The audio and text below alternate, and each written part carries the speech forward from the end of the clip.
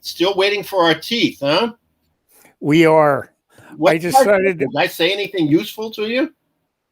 I decided I'm going to spring for a flipper because this tooth thing is going to take a while. Oh, really?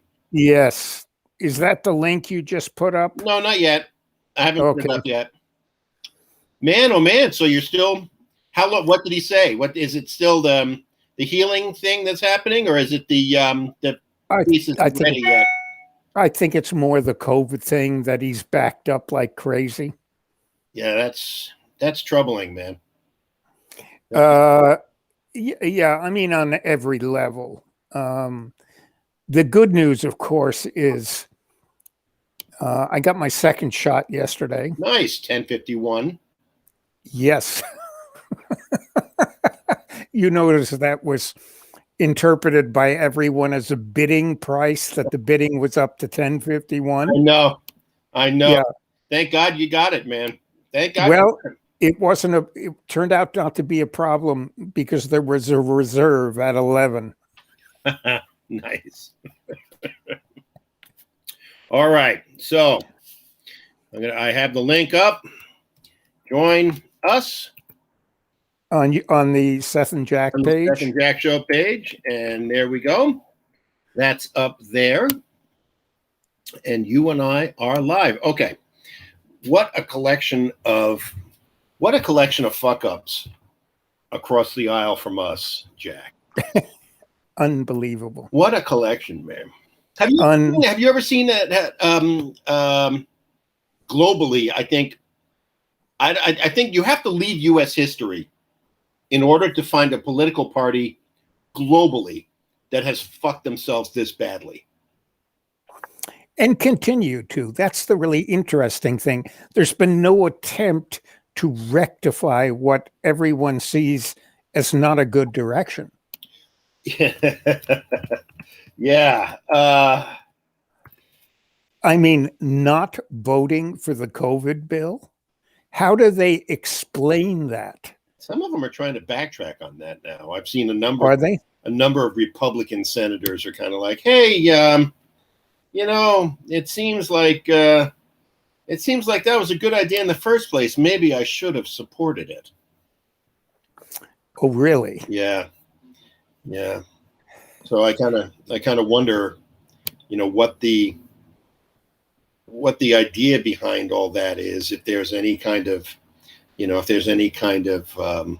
logic to it. It doesn't really seem to be. It seems like there's no leadership. There's no idea of. I'm going to check and see if the broadcast is up on YouTube. Yeah, it does. Yeah. Oh, really? Yeah. So it seems like, Seth, that they decided they're going to try to let this run out into the sand, and they're going to put all hands on deck to stifle voting rights in the Republican states. How can that be a strategy? First of all, it's not going to. What's going to happen is the filibuster is going to be a thing of the past, right? So the filibuster's done. But look at the ubiquitous attempt in the Republican Party in all the Republican states to truncate voting rights. It's just insane. I've never seen a party admit that they are that anti-democracy, that they are that pro-fascism, that they are that desperate and scared. Just saw a report on the Clinton News Network, CNN, about a reporter that went to a bright red. He went to the county that voted for Trump most disproportionately in the United States. And he went to a diner and he's doing a stand-up in the diner. And he says, "Can I just ask everyone here in this diner, does anyone think that getting this, raise your hand if you think that getting the vaccine is a good idea." Not one. Okay, is anyone here getting the vaccine despite the fact that you don't think it's a good idea? Not one. Nobody got the vaccine in this little cafe, in this coffee shop. Where was it, Seth? I don't know. Could have been Oklahoma. Could have been Mississippi. And brand X Trump state, right? Right. It was literally just on CNN in the 7:00 hour. And they interview this old guy, this old codger, and he says, "Sir, are you gonna get the vaccine?" "Nope, because I don't trust the government and I don't trust Biden."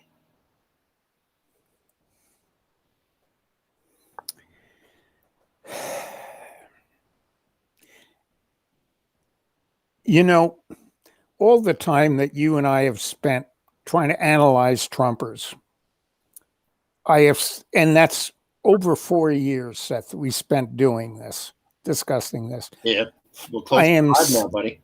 I am still gobsmacked by this stupidity. Still, after analyzing from every socio-psychological point of view, economic, anthropological, everything. And I still am gobsmacked by how stupid they are. And they have as their kind of the central theme of their stupidity is just a misinformed brand of hatred, a misinformed brand of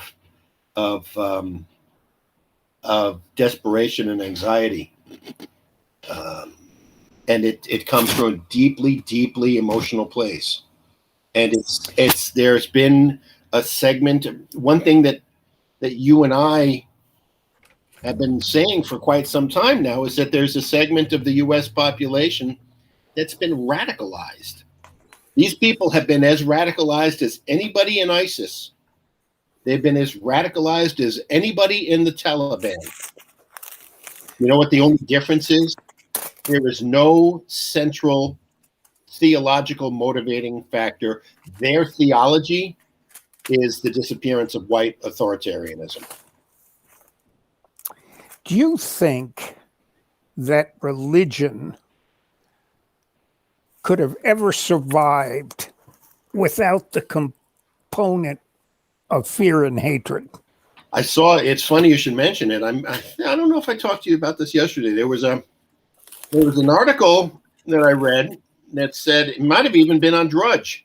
It said that there were a lot of evangelical preachers who are beginning to leave their congregations, preachers leaving their congregations because their adherent, the parishioners, believe in QAnon more than they do in the teachings of Jesus. I saw that. Does that not strike you as a deeply biblical prophecy about the end of the world? Well, let's talk about this. Is hatred a stronger force for mobilization than love is? Oh, without question. Oh, without question. As a matter of fact, love is the natural state of humanity. And as such, it doesn't really engender any kind of forward momentum or activity, or it doesn't trigger any series of actions. Yes. You know, anger and hatred are fear-based emotions, and they accelerate the pulse. And I'm sorry, am I getting in the? Are we interrupting your letter from your lawyer or your bill paying, or what is that, Jack? It says, "Dear Mr. Churchill, the lawsuit against Silverton et al. Has been given the green processed." Not at all, Seth. Believe me, I am listening to you. Oh, I know. With 100% of my attention. Oh, I know. I just wanted to see if we could see which column in the statement from your brokerage house you were tallying up at the moment. Is it the stocks? Do you have your stocks divvied up by which companies actively attack Jews and which companies leave Jews alone? I tend to not invest in the latter. Okay. Speaking of investing, Speaking of Zyklon B. Speaking of Zyklon B, here we go. You're really going to love this. I'm going to take Here it comes. Here we go. Okay. Here it comes. This has got you written all over it. I don't even need to take you down. I mean, just turn up your, the less of this we see, the better off we're going to be. But is this the video? This is the video. No. This is the video, my friend. A music video? This is not a music video. Okay. This is an actual film. Ready? Here we go. My name is Catherine Black. You may think that I'm a materialistic, narcissistic, self-absorbed misanthrope. I don't deny it. I'm a hedge fund manager. I'm addicted to fashion, the accumulation of money, exercise, and sex. My life is incredible. Hi. I have an appointment about renting a room. Nice digs. You got a plastic Mustang? Your list? Every single day. Now I gotta cut loose. I had a soft spot for him. Who knew? I hadn't felt a soft spot for anything since I was 6. It's very sexy. Don't get carried away. Keep your focus on the task at hand. How did I not see it coming? You thieving little twit. Oh, I have to pull myself together. I think I'm going to disembowel this kid and kill him. You got the car? I'm taking the car back. I think I really like this girl. I really think we can make this work. You stole from me. You're crazy. Is that a curling iron? You can do what exactly with that, huh?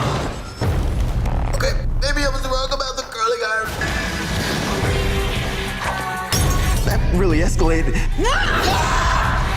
I'm madly in love with you. I really appreciate that. Stop! There's no need to escalate this to the point of no return. That's subjective, sweetheart.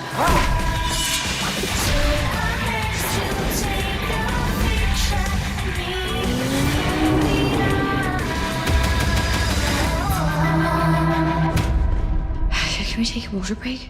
That'd be nice. Maybe we should get married.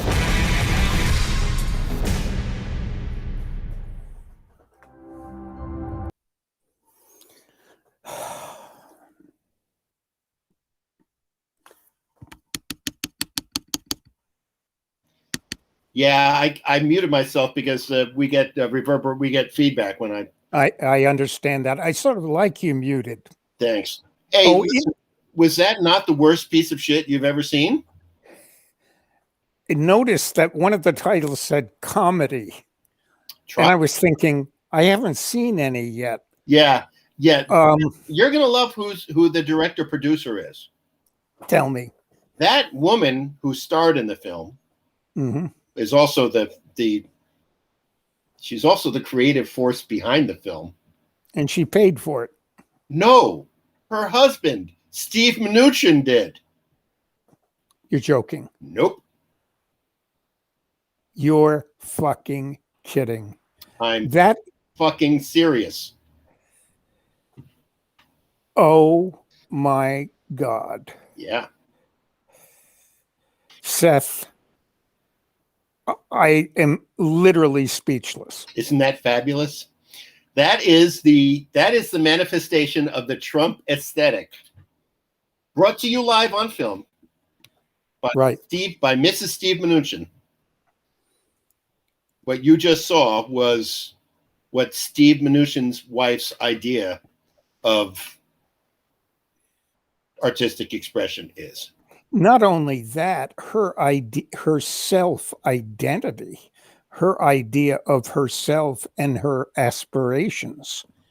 So this is what you have to do in a case like this, is you have to spend a small fortune making an unbelievably shitty film to keep your wife happy. So it's not like she's going shopping in Beverly Hills. Yeah. This is a film. Okay. Yeah. Unbelievable. I mean, that was That was quality video equipment they used for that movie, my friend. Oh my God, Seth. Car rentals.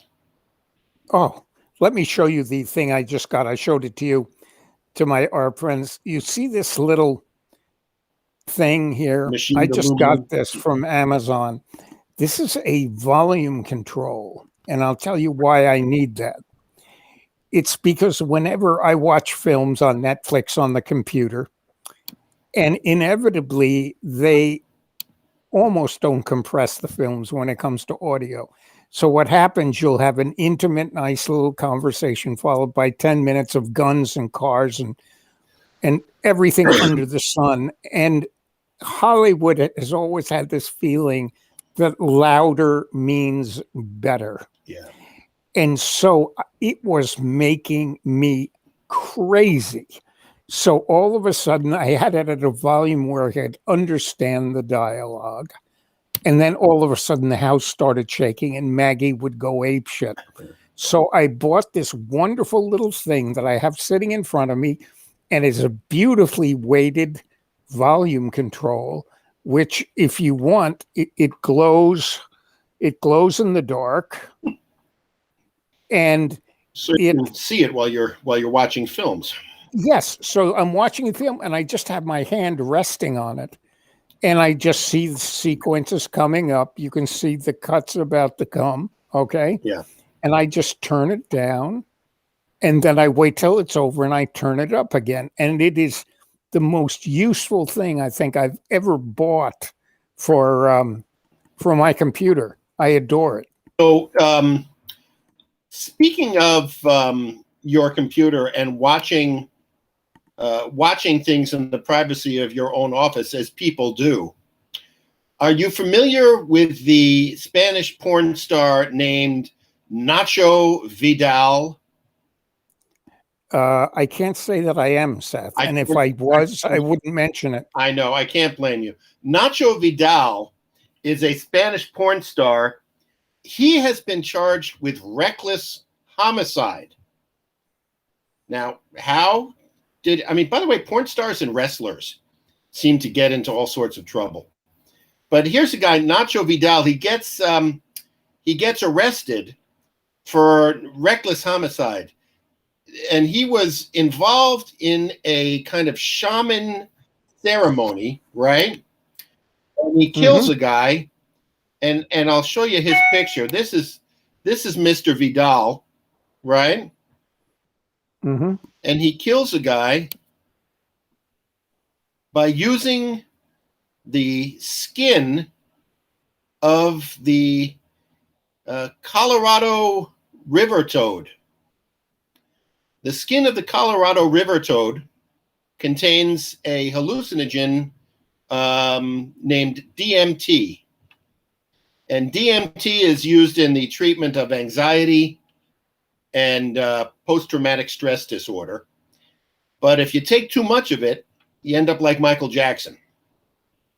And this guy decided, Mr. Porn Star here, decided that he was going to branch out and expand his resume, so to speak.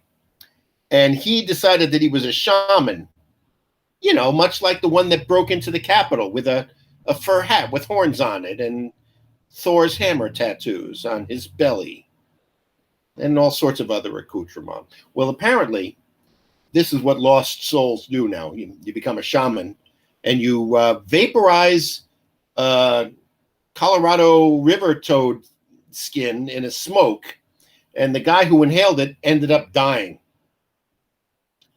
So Nacho Vidal is now a guest of the Spanish government. When did the Seth and Jack show become the National Enquirer? Well, ask this guy.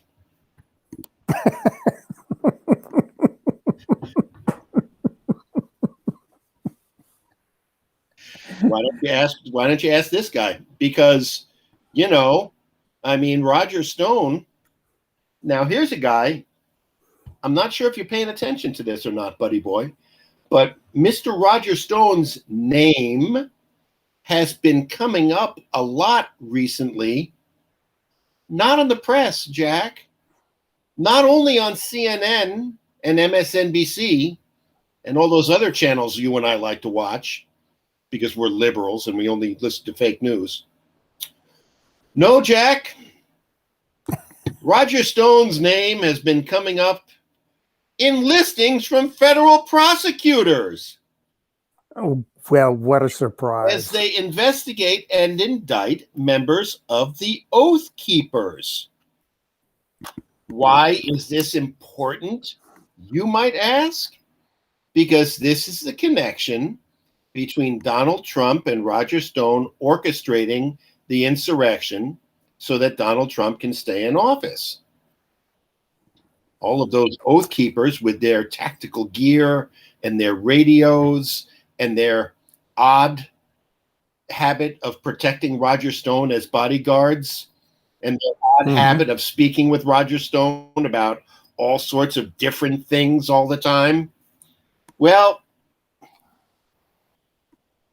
Attorney General Merrick Garland, as it turns out, is not fucking around. And this is the beginning of the potential holy shit revelations. You can't make this stuff up. Do you think that the Republicans are hoping that this takes so long that people lose interest in it? It's only going to get better from here, man. I understand that, but it's sort of like they're not voting for the bailout package. Do you think they have some kind of distorted perspective that if it's not immediately in the news at that moment, it's not relevant? No, I think they're desperate. And I think that Mitch McConnell's gut reaction the other day to say, oh, no, don't take away the filibuster. Don't do that because I'll do nasty things when I get in power. When somebody says something as stupid as that, as tone deaf as that for the rest of the country. You know, Jack, we used to have elections in this country where you had the hardcore Republicans, which we now see and recognize as fascists. We had that hardcore base Republican, the same Republican voter that would, you know, in the corner store in Oklahoma or Mississippi or wherever this CNN reporter was, would say, no, I'm not interested in taking the vaccine. I don't care. I don't trust Biden. I don't trust the government. Radicalized people, that's the 35% of the GOP. We used to have suburban housewives that we tried to appeal to economically, fear-based, whatever. We used to have a segment of African Americans and Latinos in this country that we would try as Republicans to appeal to. We used to have independent voters that we would try to appeal to. That is all off the table now. And I don't see how people can still be talking about Republicans taking over the Senate and the House in the off-year election of 2022 when the Republican messaging is essentially exclusively voter suppression and desperately clinging on to white privilege. But there must be somebody in the Republican Party who still understands the dynamics of politics, politicking, expanding your base, all these classic things that politics is based on. Sure. Positioning, imagery. Yeah, there he is right there. There he is. You see that slouched guy next to the guy who leads the Republican Party? Yeah. The guy that leads the Republican Party on the right, the killer, the one that has the soulless killer, Vladimir Putin. All of the messaging from the Republican Party. I mean, if you've watched Rachel the past couple of nights, as I know you have. Oh, yes. You see that, you know, they're now talking about, and of course, Biden falls up the fucking stairs on the airplane just to give credence to the Russian RT. Jesus Christ. Anybody that, if I see, you know, let's make a declaration. If I fucking see you retweeting RT, anybody who's listening, I will fucking defriend you right now. I'm sorry. We don't post RT articles. You know, Yes. we also didn't tune into fucking Tokyo Rose of our own free will. But Seth, seriously, in the Republican Party, not offshore, isn't there someone that understands what a disaster? Yeah, they're called the Lincoln Party. Yeah, they lost a lot of credibility recently, unfortunately. And the rest of them are, well, I know, but now that the election's over and now that they essentially got their way, Right. really, I mean, so all right, let's go into that. What do you think about what happened to them? We had a conversation about this on Detente about 2 months ago, the amount of compensation that the bigwigs at the Lincoln Party gave themselves. I got news for you. This is and the horrific details of one of their founding members' sexual behavior.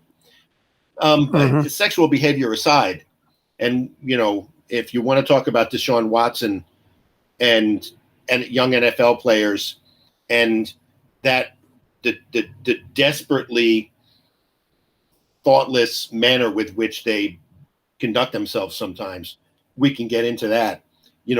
This freaking guy has a lawyer. It's a fascinating, it's great soap opera.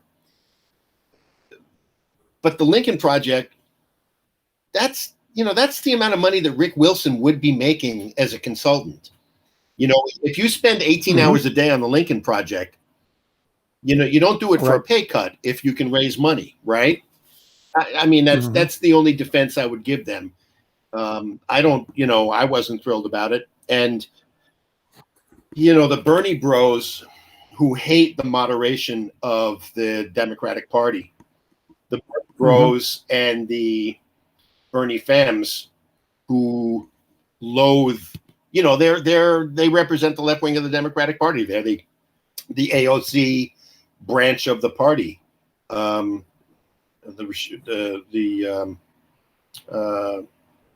extreme left of the party, which is ascendant and gaining strength and able to accomplish a lot of stuff, not the least of which was the fact that there was a $1.9 trillion package that made it through as a $1.9 trillion package. It didn't get defrayed at all. There was no opposition to it. And the liberals were like, don't take this shit out. You can take out the minimum wage. Sure. That should be legislation, but don't take anything else out or we'll freak the fuck out. And they stomped their feet and got their way. So liberals in the Senate and liberals in the Congress are ascendant in power. But, the Bernie bros who loathed the idea that the Lincoln Party was taking over messaging for the DNC, they were the first ones to jump all over this shit. It's like nobody can be in the public space and be clean anymore. I'm not sure if you're familiar with this story, and I don't have anything staged for it. This kid, Deshaun Watson, used to be a quarterback for Clemson. He's a young black man in Houston. Okay.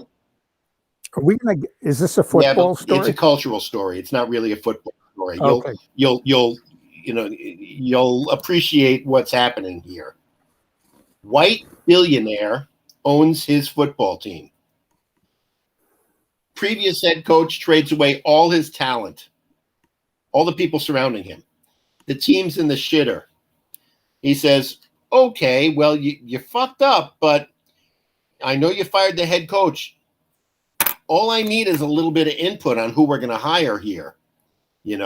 They agree to pay him $40 million a year.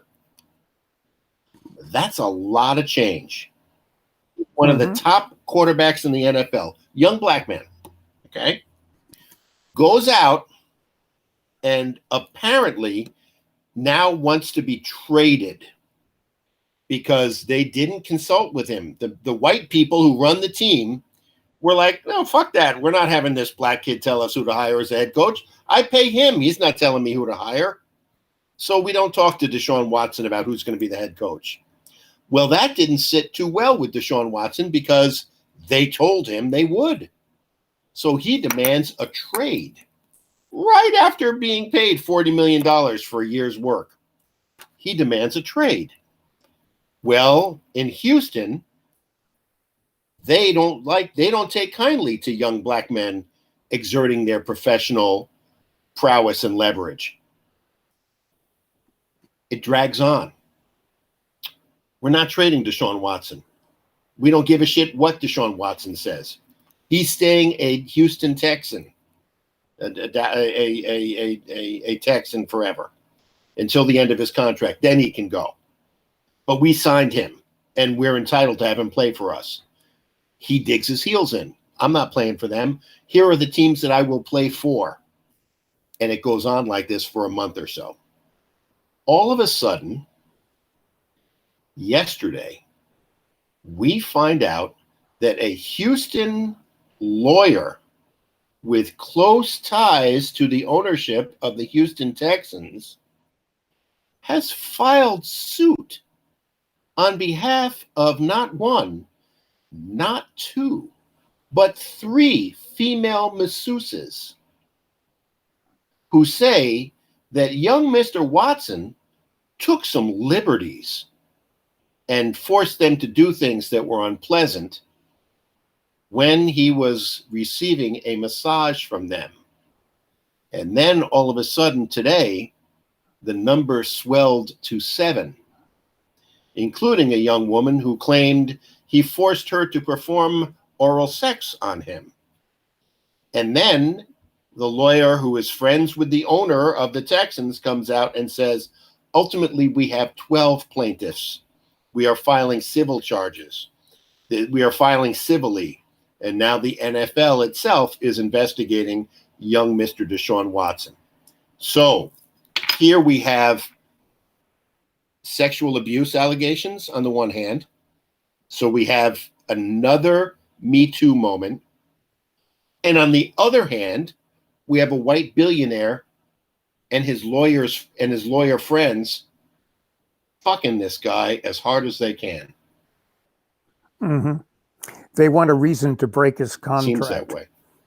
Yeah. Anyway, that's interesting. I'm not very interested in football or the players, but we could talk about Andrew Cuomo. Same story. It is. So what's the deal with Andrew? Is he still not going? He's an incredibly unpleasant guy who has governed as an incredibly unpleasant guy. He was his father's henchman when there needed to be a henchman. And, Matilda Cuomo's little boy, not such a nice guy. And he's refusing to go. And that's his last stand, because now, much like in Deshaun Watson's case, we have more and more women and evidence coming out and pressure mounting. And apparently today, one of the plaintiffs made mention of the fact that she is receiving harassment and bullying, and that while she made her claim, that her personnel file was shared with reporters. And when confronted with this, the Cuomo administration said, oh, yeah, we have the right to do that. Perfect. Reminds you of every other case that Michael Cohen was involved in, right? You know what? Oh, he's back. You're right, though. You're absolutely right, because this is very much like, what? Does it strike anyone else as odd that the Cuomo administration is starting to sound like the Michael Cohen administration? It's not odd. As a matter of fact, when you look at any of these scandals, it's so predictable on every level that it really almost shouldn't be news. Okay, let's talk about Deshaun, whatever his name is. Yeah. Okay, so they have multiple massage therapists. Okay, You don't think that a massage therapist that was molested or taken liberties with wouldn't mention it to another massage therapist? I don't know, and it's interesting that you mentioned that because he got these massage therapists on Instagram, and he flew them in to his house. Mhm. There's Wow. a lot that's not cool about the way he. You know what that says to What's me? that, bud? Hooker. Hooker? Yes. Well, no, I mean Okay. these are legitimate massage therapists. Listen, is he living in Los Angeles or Texas? Texas. Yeah. You don't think that there's a huge overlap between massage therapists and hooker? Look at the guy down in, who shot those Asian women. Yeah, these would be like Okay. It's a huge it's overlap. on the same scale. I mean, it's like I mean, how naive can you be? Say, young, black, good-looking, athletic football star who's making $40 million this year needs a masseuse. Okay. the NFL is I get it, dude. I understand what you're saying, but the NFL is an activity where there's a 100% injury rate. They're constantly injured, and their muscles are constantly in need of repair. This is really interesting because if you look at the Tour de France and professional bike racing, the masseurs who travel with them on the big stage races, They're all dudes. They're all men. Yep. Okay. Now, if you're a $40 million football player, why don't you have a masseur? Okay. And if you do, which you probably do, why are you looking for other ones? That is a great question. And as a matter of fact, it was a topic of discussion this morning on one of the shows.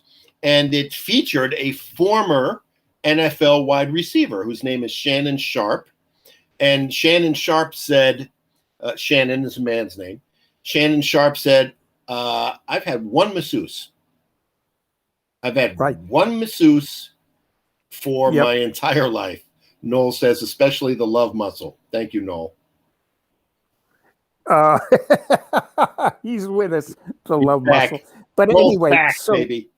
So when I hear about something like this, because it's all so predictable, the more facts you read into it, the more you could say, this is as predictable as a Bugs Bunny comic book. Yeah. Why should I give a flying fuck? That's the way. I mean, who gives a shit? Well, I mean, now we're running into we're just on the heels of an Asian slaughter in Atlanta, which has overt sexual and massage themes, as well as a Houston sexual massage themed news item. It's like, these things appear on the screen of our consciousness, and it's like, oh, look, a massage themed dopamine hit. Oh, look, another massage themed dopamine hit. Oh, look, they both have to do with misogyny, ironically enough. Well, this is life. I mean, shit, we could be living in LA. This is ubiquitous. I mean, it's and in Houston and everywhere else in the world. I mean, come on, let's talk about something. Oh, by the way, I want to mention to you, did you hear Carl Hiaasen interviewed on NPR today? No, but he's a genius. Carl Hiaasen has written his last article for the Miami Herald. His final article for the Miami Herald? Final article for the Miami Herald. Why is his final article? Because he's a pretty well-known author. Okay. I know he. Anyway. Yes. Anyway, he is, I've never heard him interviewed before. He is as good in interviews as he is on the printed page. That's cool. One of his books that I read when I was introduced to him the first time is called Double Whammy. Yep. Have you heard of Double Whammy? I have. I think we read it, as a matter of fact. Double Whammy is a book about competition bass fishermen in northern Florida. And it is one of the most, he has a dark humor that is unequaled. It's great. And to give you an idea of his humor, God, is he good. Yeah. Toward the end of the book, one of the bad guys is just escaping on the turnpike, or it's on 95, and he goes through a toll booth, but he's been bitten by a pit bull in the arm hours earlier, and he can't get the pit bull off his arm, so he cuts off the pit bull's head, but it's still clinging to his left arm, and it's starting to rot with these wild eyes. It's obviously dead. And he's starting to hallucinate because he's starting to get gangrene in his arm. And it describes the scene with the toll booth attendant as this guy goes through the toll booth and hands him $1 with this rotting pit bull head. I tell you, he's a genius. Such a genius. He is such a genius. You know who's not a genius? Donald Trump Jr. Oh, what did he do now? Let's read. Okay. Putin just challenged Joe Biden to an unscripted live debate. The whole world knows that we have no leadership at the top, just an empty suit with a teleprompter, and he can't even get that right. They look at America's weakness right now and are salivating.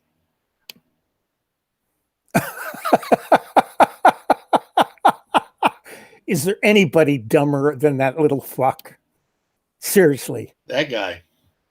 Oh. Drew chip right off the old block.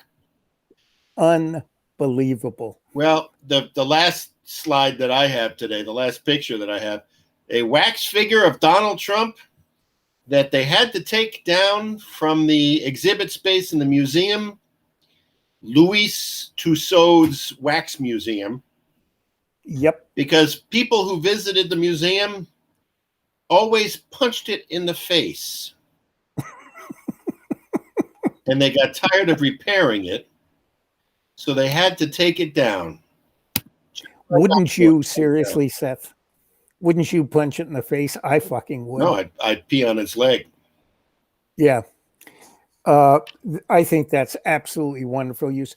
What agenda does Don Jr. have exactly, besides for killing animals? His interest is in one day succeeding his father, because he's not smart enough to understand that we're not North Korea. Well, what do you think of Kim's sister? I think she's a hottie. Well, if you're into homicidal North Korean women, she is right up your alley. I tell you, it's going to go one way or the other. She is going to take over, or she's going to get killed with an anti-aircraft gun in a cellar. Sure. Although, there are only one, that would be sad.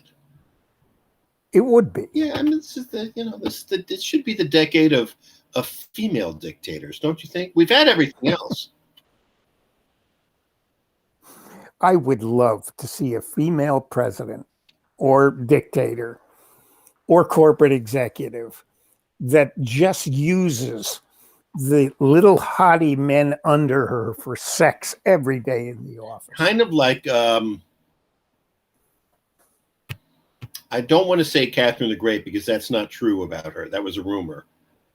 Is that really? I always thought that was based on some kind of, at least when I talked to the horse. Sorry. That horse lies. Yes, that horse is a habitual liar. That horse is a liar, yeah.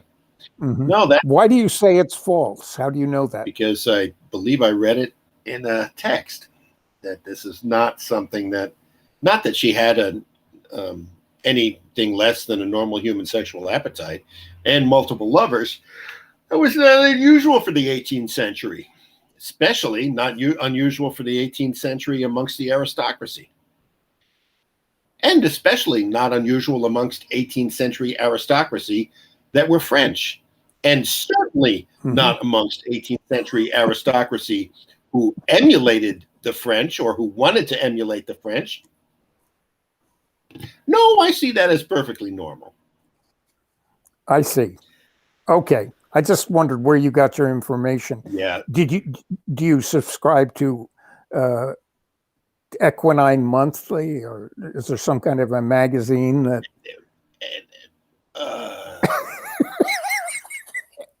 Equine Monthly? Yes. I don't subscribe to Equine Monthly. I don't even know if that is a trade magazine or not. Although, where are they going to buy all those nifty jodhpurs and riding crops? And you saw that riding crop that I got a. Why would Amazon think that a rubber riding crop is something that I should be buying? Let me tell you about this. A couple of things happened to me. I started getting ads for tooth things to put over your teeth. It's weird, dude. Well, it's weird because I never mention it. Okay. And the only time anybody could ever see it is this show. And I'm sure somebody isn't watching this to see what to advertise to Jack at the same time. And then the other day I was online wearing my English, sportsman Sterling Moss kind of hat. And I started getting ads for that hat. That kind of hat. So there's got to be some kind of they've got to be culling visual cues. I think so. There's got to be some kind of brand recognition or style recognition software, and it's tremendously powerful. I mean, I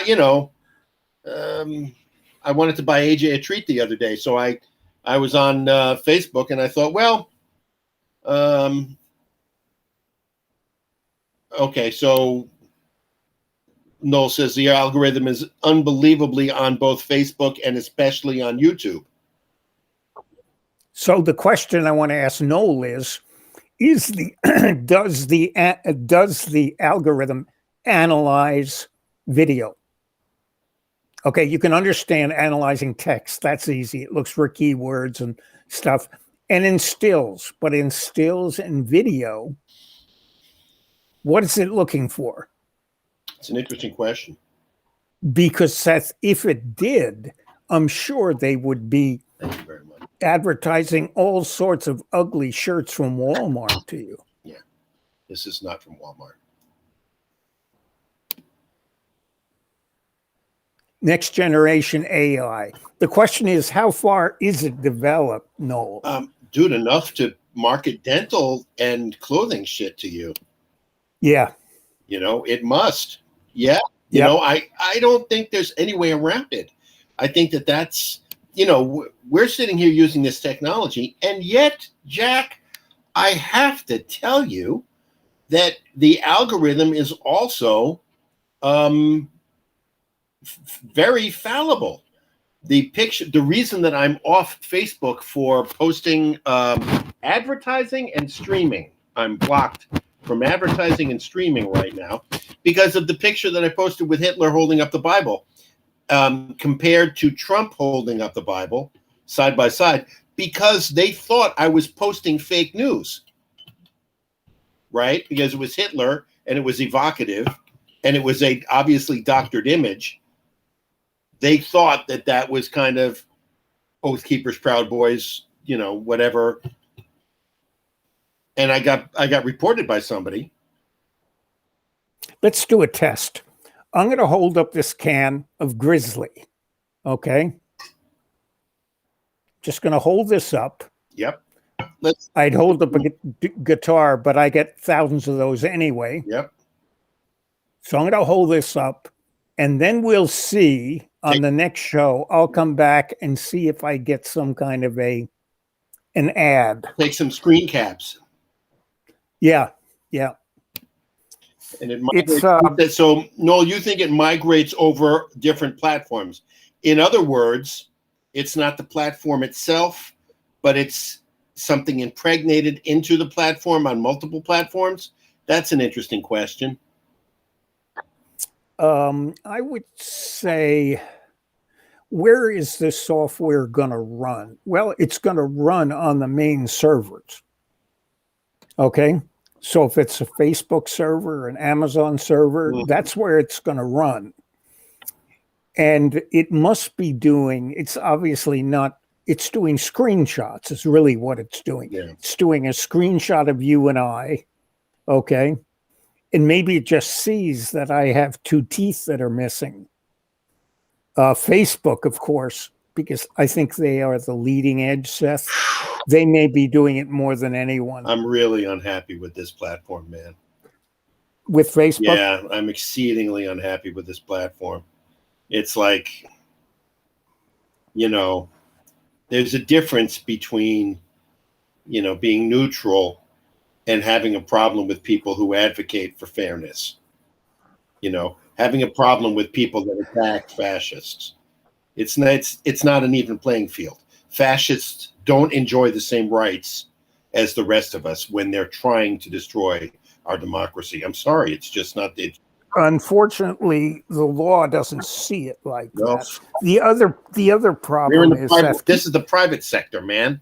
I'm not. Yeah, but Seth, the thing you have to keep in mind is these aren't thousands of little Chinese people looking at everything that's posted. These are coded bots, and they are at this point very unsophisticated. Yeah. Well, okay. I mean, thank God, right?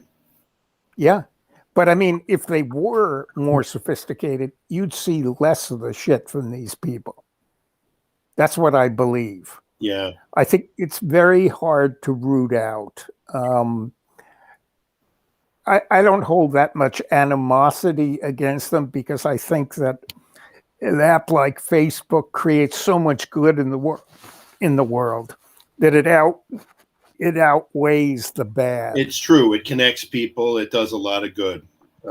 It really does. It gives people without a voice a voice. Yeah. Unfortunately, often it's the wrong people, but what the fuck? But even then, when the wrong people express themselves, it's like pus building in a pimple, man.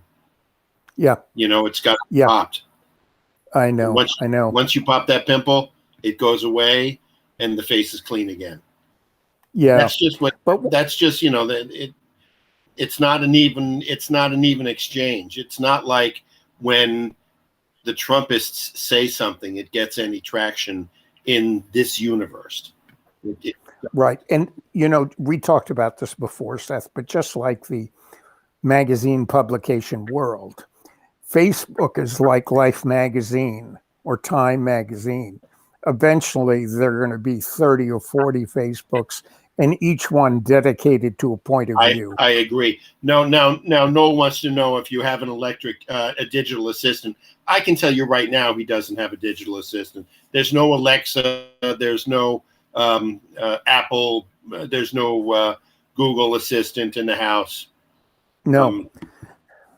Oh, by the way, I'm looking at an article here that says Inspector General's report cites Elaine Chao for misuse of office. Yeah, that came out last week, and Elaine Chao, she was busy enriching her family's business in China. So she was using her office to promote her family's Chinese business. Mm-hmm. And, that big surprise, right? And her husband, had nothing to say about that, obviously. How would he, by the way? I wonder what that household is. I got to tell you, Seth, I am going to have nightmares about Mnuchin's wife's video. Wait, we got to show that film. That movie's going to be that. You could show that as a double feature with Christy McNichol in Foxes, or well, I don't know. Boy, there are all sorts of horrible movies you could show that with. It is amazing. Hollywood must be laughing themselves stupid. I mean, Steve Bannon was in Hollywood making stupid films as well, wasn't he? I think so. And notice that Obama's films all get nominated for Academy Awards for Best Documentary. It's just like we have two separate cultures in this country.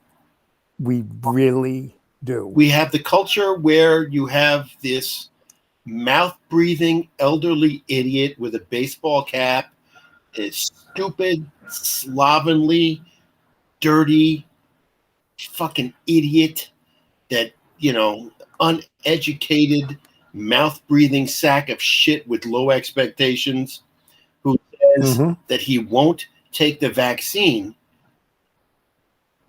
Patriotism means something absolutely fucking different to these people. Patriotism doesn't mean the same as it does to you and to me. Patriotism for me means what the founders intended. To me, I think the confusion is that for us, patriotism is very close to socialism. I have an idea about the founding documents of this country and their value. Isn't it saying the same thing, Seth? Socialism and patriotism? Yeah. It is. It's saying all lives matter. Every life is important. Right. And it implies that it's very important that people think of the collective. Now, in the Constitution, they're thinking of it nationally. And this is where we have a problem. Right. Well, nationalism and patriotism are two entirely different things. That's true, but they've been very much confused and brought together in the narrative. We have a population of these people that won't take the vaccine, that won't allow black people to vote in their state, that will support voter suppression laws, who are it's generous of us to call them fear-based thinkers, because that implies that they're just like us, except they're scared. They're not like us. I agree. But once again, Seth, what I'm saying is that nationalism at its best is socialism on a national level. That's where Obama got into trouble. He was an international socialist thinker. In other words, he valued the lives of other people as much as Americans. The ideas of boundaries and borders are exactly we're as artificial to them, to him, as they are. Yep. But he didn't understand, or at least appreciate, the importance of what they mean. I understand. Because, there are all sorts of bad assumptions that the liberal American makes that when tested on the international stage against geopolitical realities, against people like Vladimir Putin, you can't just come up against them and stop trying to change, as Obama did. You can't come up against a boundary and say, oh, I was wrong about that. I was too generous in my thinking about that. Let me just, okay, that boundary's there. Merrick Garland's never going to get to be on the Supreme Court. I'll just ease away because I'm professorial. I want to be thought of as the professorial president that knew everything about the laws of the country, but fucking nothing about the politics of the country. That's true, but don't be too hard on him, because he is so admirable in so many ways. And admittedly, he is much too naive to be a president. But as a human being, what a rock star. Great guy. Yeah. Like Jimmy Carter. Yes. Just like Jimmy Carter. Jimmy Carter was... If we could take 50 years off Jimmy Carter's life and drop him back in the White House, should we do that? Abso-fucking-lutely not. We should not do that. Yeah, I know. But that's the way it goes. Now, let's ask about Putin. Why Biden's play against Putin? Oh, and I kind of am in love with this. Oh, so am I. I kind of am in love with the no fuck you. I'm going to knock your teeth down your throat, you petty little Russian fuck. Yep. Yeah, now Putin is like, I wish you good health. In other words, I'm going to be trying to kill you for the next 4 years. Yep. I'm going to try and poison you. Yep. And I mean, I don't have a problem, and by the way, if we're equating Putin with American fascism, if there's a solution where we can kill two birds with one stone, yeah, I'm all over that shit. Over that shit. Using the levers of American power to destroy American fascism and Russian expansionism and destroy the commonality of it. I'm all over that, man. Sure. I'm all over that. By the way, a coup which fails, when has that ever happened? Yeah. Yep. When Isn't that when interesting? has that ever happened? A coup that actually failed. They went to because they had the Keystone Cops running the thing. The same reason the White House break-ins failed. Yep. Fail sometimes. They but Jesus Christ, unbelievable. Just an unbelievable set of circumstances. And when you have a coup, you basically take the coup perpetrators and you line them up against the wall and you shoot them. What does that look like in 2024, 2023? What does that look like when 30% of the country identifies with the Nazis in our midst? Yeah, it's interesting, isn't it? Yeah, the 2020 version is ankle bracelets. So, and impoverishment and humiliation. So the question is now, what is Putin going to do? He's got Mitch on his side, okay? But Mitch has lost a lot of power. He obviously has McCarthy on his side also, and a number of the other guys there, but they've lost a lot of power. Not only the executive's gone. Yeah. And not only have they lost the power, but they're on their heels now, and they're going to be ultimately charged. So what's Putin going to do? What's his next play? Is he going to reinvade Ukraine? Maybe. I don't know. Go after the Baltic states? The overplaying of the Russian hand it's tried and true. It never fails. They always do it. Oh, sure, we'll put these missiles in Cuba. They won't do anything. Yeah. Oh, sure, we'll encourage a coup and the storming of the Capitol. They won't do anything. Really? If I were Estonian, I'd be nervous. You know what? If I was Putin's dog, I'd be nervous. Yeah. If I was Biden right now, I would be shoveling money at the National Security Agency and the Central Intelligence Agency, and I would be shoveling money at building up human assets. I would be shoveling money at banks and banks and banks of computers, and I would be shoveling and guys to operate them and women to operate them, and I would be diversifying our electronic snooping and our COINTELPRO and all of the counterintelligence stuff and all of the active measures that my bag of tricks would be mind-blowing by the time I left office. And there would be bodies all over fucking Russia. Given the prowess of the military in the United States, which is amazing, it's high time to divert some money into cyber war. High time. Without question. We have to start turning the lights out in Moscow. We have to start, some kind of response which is equal to undoing American democracy. It's not, by the way, it's not equivalent to the downfall of communism. They think this is that fuck you. It wasn't. Mhm. Communism failed on its own. We didn't do that. Right. You know, in a way, looking at Russia, the pipeline to Europe is the carotid artery of Russia.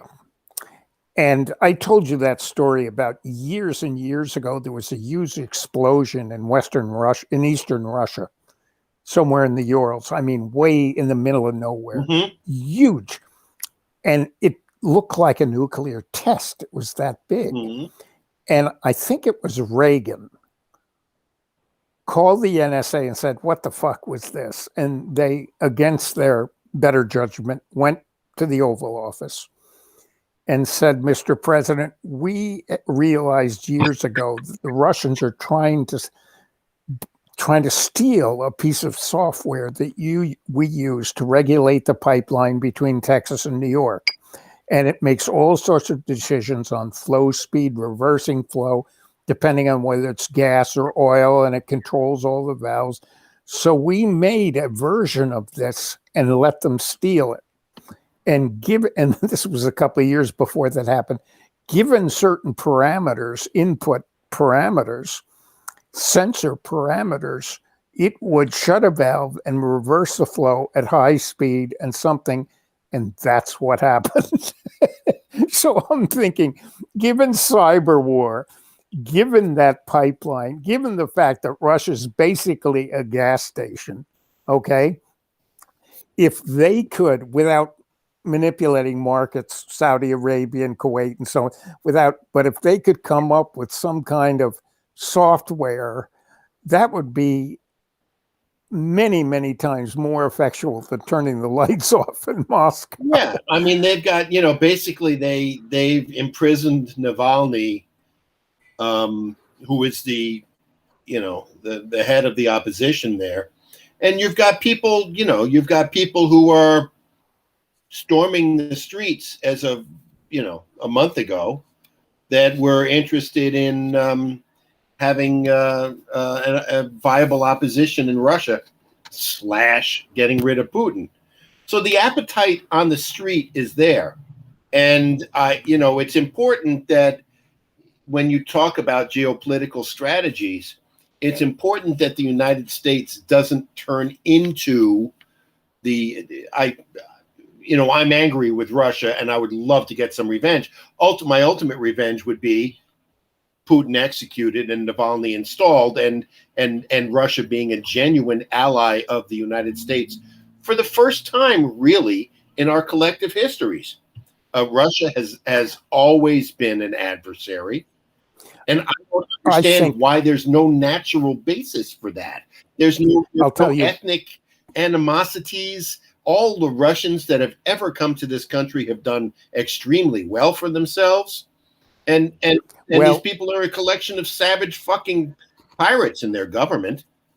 Well, I think you're overly optimistic, and I'll tell you why. The Russians have always gravitated, either willingly or not, towards an authoritarian system. They're a collection of depressed peoples. Well, yes, they are. I think Russian society has accepted as much as some, maybe Egypt or some Central American country. They have accepted an authoritarian lifestyle. And success is being part of that authoritarian lifestyle. And much more than the United States. And therefore, my optimism about an authoritarian being replaced in Russia, I think it's between slim and none. That being said, we always thought the Americans were different. Yeah, well, as it turns out, the majority of us are different. That's true, but there's 65% of us are different. That's true. And growing, not shrinking, and growing. I understand that, but we have seen now how attractive it is for the human entity to be part of an authoritarian system. We saw it in Germany. It's a magnet. Authoritarian is a magnet for human beings. And all you need in them are a couple of things: fear of change. Okay, Americans were brought up to be scared shitless because there's it's not a sustainable governmental process in the long term. It itself to change. That's really interesting you say that, because as far as I can see, with Russia and China, it's pretty sustainable. Oh, I mean, you can say sustainable. I should say that Plato said that democracies are not sustainable, that they always end up in authoritarianism. But really, how far from authoritarianism is this corporatist existence that we live in now? Oh, it's very much there, Seth. It's very much there. But in a way, people don't believe anymore that there is a democracy here. And for whatever reason they believe that, they're right. Well, I mean, ultimately, I think that what's going to happen in the United States and what's going to happen globally, boundaries will cease to exist, borders will cease to exist, we'll have a global currency, we'll have an electronic currency, and that the tyranny will be that of the machines. The relationship between AI and humans is what is going to be the compelling power struggle of the next century. Well, you're thinking of the Matrix. No. 2. No. I'm just thinking about the infrastructure of technology. What it means to all of us. I'm not saying it's wrong, Seth. All I'm saying is that was presented in the Matrix trilogy. That idea that what they were really fighting was AI. Right. Okay. So to me, I think that it could go that way, or it could go exactly the opposite way, where there are going to be, hypothetically, I don't want to argue about this, but hypothetically, there's Europe controlled by Russia. There's the Western Hemisphere controlled by the United States, and all of Asia in the East controlled by China. And they develop on their own, totally separately, with their own internet apps, their own industry, their own products, and that, in fact, these mega states form that try to have absolutely nothing to do with each other. And because these three entities have taken over hemispheres, basically, let's say 3 hemispheres, they've taken over these hemispheres. Africa's up for grabs. They've taken over these, that there will be much less conflict. Entirely plausible. And of course, it's also entirely plausible because, astonishingly, we seem to have replaced hot wars, shooting wars, with electronic warfare. Yep. And the need for that expression of hostility in the human being is now found in our expression of hostility against each other. If you asked me, who do you most want to kill? I don't think that I want to kill the person that killed George Floyd. I want to kill the anger inside of that person. I want to kill the person that throws Dunkin' Donuts cups on my front lawn that says, fuck the black people. Euphemistically. Yes, I imagine. Yeah. That's who, and I have that level of rage within me that I'm concerned about that now. Never used to be there, Jack. It never used to be there. I never wanted to kill anyone. But now I can imagine if I snap, I'm not a small human being.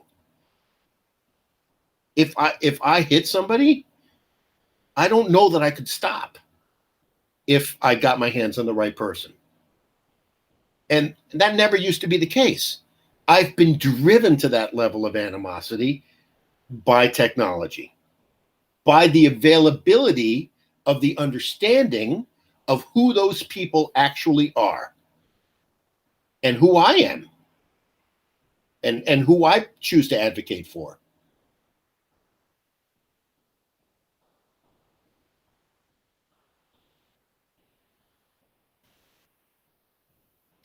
He left again. And it wasn't because of what I was saying. I don't think he left because I said that I would kill somebody. I think he just lost his connection and he's going to be coming back shortly. But that is, yeah, I know. Noel says, easy. Noel says. Yeah, I get it. But Noel also said, Seth nails it. I wonder if Noel would have said Seth nails it after I threatened to kill somebody. Maybe not. Anyway, Jack is off screen and don't know if he's coming back. Yeah. So I'll just sit here and stare at the screen and talk to Noel. I guess that's what I'll do. You should actually invite Noel on the show. That would be, like this is like one of those moments in broadcast history where the sole listener gets to actually be on the show. It'd be like, I think I did scare him. Yeah, you're right. I scared him off. Yeah, you don't want to be on the show? All right, that's cool. Don't worry about it. Yeah. All right, well, since Jack hasn't come back, I'm going to text him and say, dude, what the fuck? You left. Let's put him on speakerphone. Multiple technologies playing with each other.